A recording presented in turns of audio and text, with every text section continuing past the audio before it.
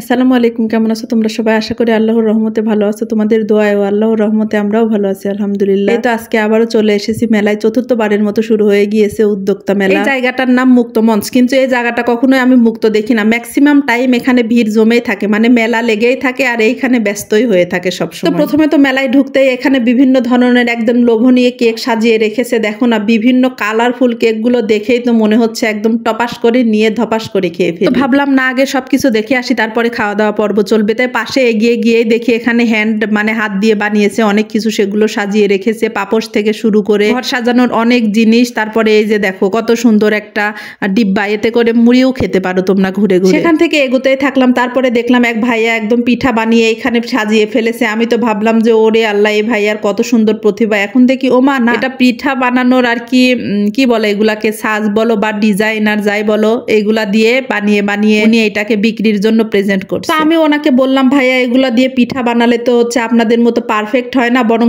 ওদের সঙ্গে মানে এর সঙ্গে লেগে যায়। তো উনি আমাকে শিখিয়ে দিচ্ছিল যে আপা আমি একটা বানিয়ে দেখাচ্ছি, যে এইভাবে এইভাবে দিয়ে দিয়ে বানাবেন। তো যাই হোক, এই ভাইয়াটাকে যে বিয়ে করবে তার কোনো কষ্ট হবে না, পিঠা বানিয়ে খাওয়াতে পারবে। তারপরে মেয়েদের দুর্বল জায়গায় চলে এসেছি, কসমেটিক প্লাস 3 পিসের দোকানে। এইখানে এসে তো আমি একদম টাসকি লেগে যাচ্ছে, এত সুন্দর সুন্দর হিউজ পরিমাণের কালেকশনের সব জিনিস। কিন্তু আমি কি করব, শুধু দেখে যাচ্ছি আর মনের উপর পাথর চাপা দিয়ে বলছি যে না, এগুলো কোনো কিছু কেনা যাবে না। অতি কষ্টে এটা মেনে নিয়েছি যে না, কোনো কিছু নিব না। তারপরে মনটাকে ভালো করার জন্য চলে গিয়েছি। বাচ্চারা এখানে নাচ গান করছে, সেগুলো দেখতেই যে কত সুন্দর ছোট ছোট পিচ্চিরা এই যে নাচ গান শুরু করে দিয়েছে। ছোট মামুনিদের নাচ দেখে আমার তো মনটা একদম ফ্রেশ হয়ে গেল। আবার একেবারে লাড্ডু ফুটে গিয়েছে। এখন মোমবাতি জ্বালানোর জন্য আমি চলে এসেছি। এই তো মোমবাতি কালেকশনে এখানে একটা আপা এগুলো বাসায় বানিয়ে বিক্রি করার জন্য নিয়ে এসেছে। তবে এত সুন্দর সুন্দর ডিজাইনার মোমবাতি, এগুলো নিয়ে এসে পুড়িয়ে ফেলবো সেটা ভেবেই আমার দুঃখ লাগছে। কি আর করা, তো চলে গেলাম একদম চায়ের দোকানে। কিন্তু ভাইরে ভাই, দুঃখের বিষয়, চাটা অর্ডার দিয়েছে অন্যজন, ভিডিও করছে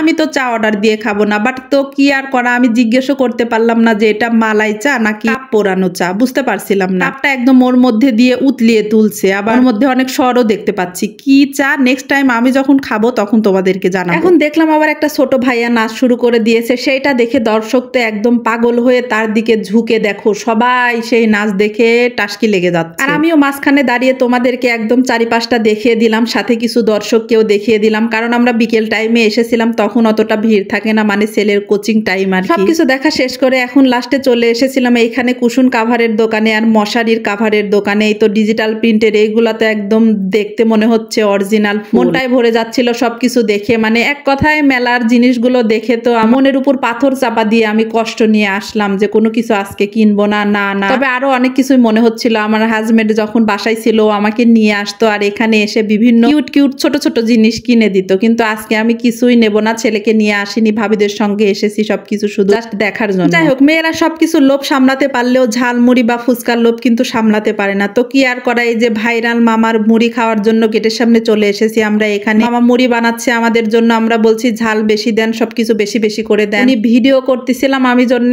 দিচ্ছিল ভালোই। তারপরে আমি পাশেই দেখতে পেলাম এই যে দেখো বাঁশি। বাঁশি না, আমি দেখতাম ছোটবেলায় আমার আব্বা বাজাইতো, আমি শুনতাম এরকম বাঁশি ছিল আমাদের বাসায়। এই যে উনার কাছে আছে তেলাপোকা মারার ঔষধ, পাশে আরো বিভিন্ন মশা মাছি মারার অনেক কিছু আর কি আছে। তোমাদের যাদের যাদের লাগবে এই লোকেশনে চলে এসো। লোকেশনটা মুক্তমঞ্চ, অনেক কিছু পেয়ে যাবে এখানে আসলে। আজ এই পর্যন্ত, দেখা হবে নতুন কোনো ভিডিওতে। সে পর্যন্ত তোমরা সবাই ভালো থাকবে, সুস্থ থাকবে। আল্লাহ হাফেজ, আসসালামু আলাইকুম।